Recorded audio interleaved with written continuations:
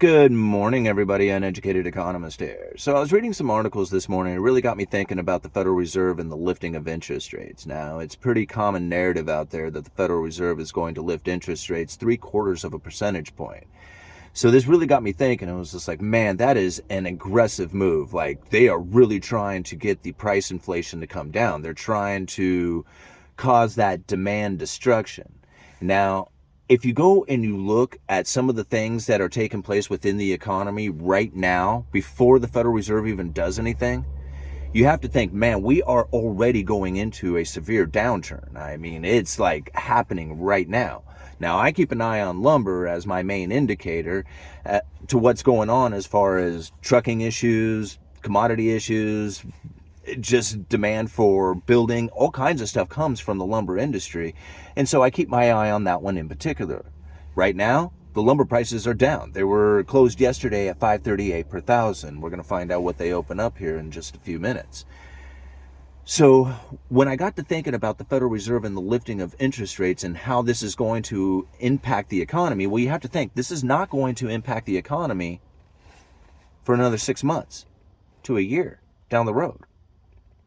But the idea of it is impacting the markets right now.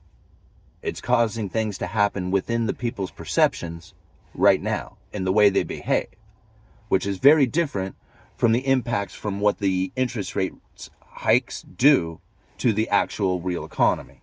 I mean, these are two very different things. And we have to understand why it is that the Federal Reserve is aggressively moving these interest rates.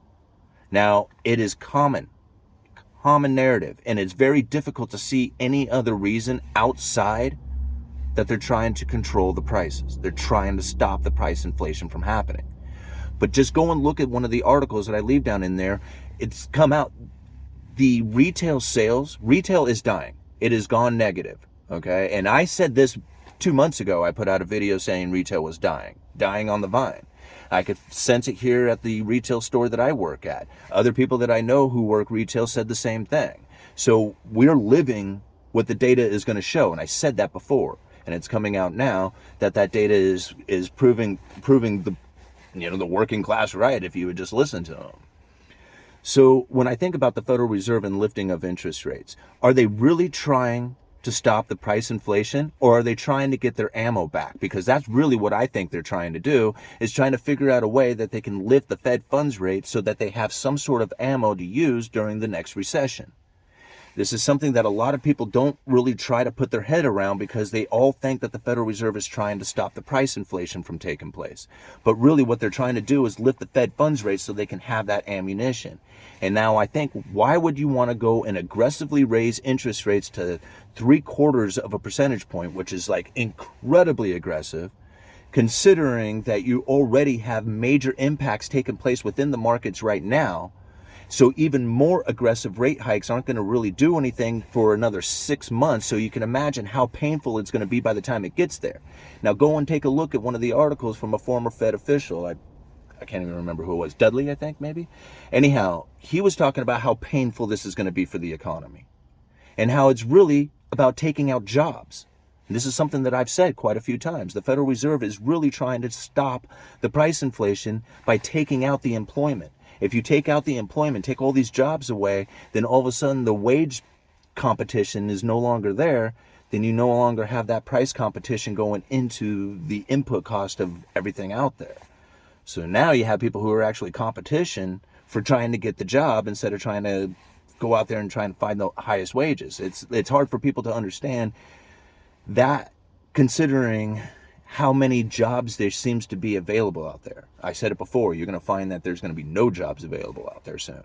And that's what the Fed really wants, to try and stop the price inflation from happening, is to get the jobs down, get all those empty jobs that are available. They're trying to get rid of those things. They're going to be their ultimate goal, to stop price inflation.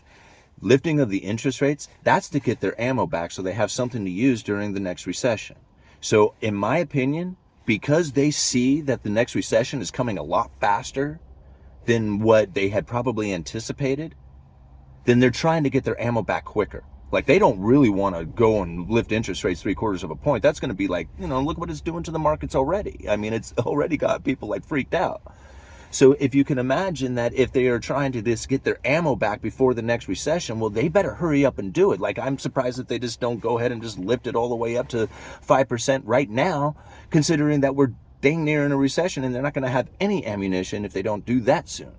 Remember, the Federal Reserve would typically want to drop interest rates around 5% to battle a recession. So they're not going to even remotely get close to it. That's where the quantitative easing has really helped out as far as being able to assist the Federal Reserve when they have hit that lower bound. So you got to think about that for just a little bit. If they can lift the interest rates away from that lower bound, the more they can get it away from there, the less quantitative easing they're going to need to do into the next recession.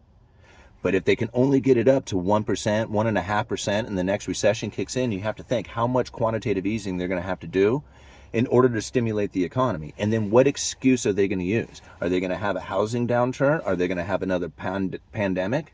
Are they going to have a sovereign debt crisis, corporate debt crisis? See, these are the things that I think about when you go look down in the articles and you think about some of the things that I say, and you think, wow, is the Federal Reserve really trying to stop the price inflation, considering that it's already coming to an end? Look at the retail sales coming off, right? That's coming down. People are like in discretionary spending, demand destruction because of the gas prices. And, think about like if they were trying to get their ammo back. Think about those two things.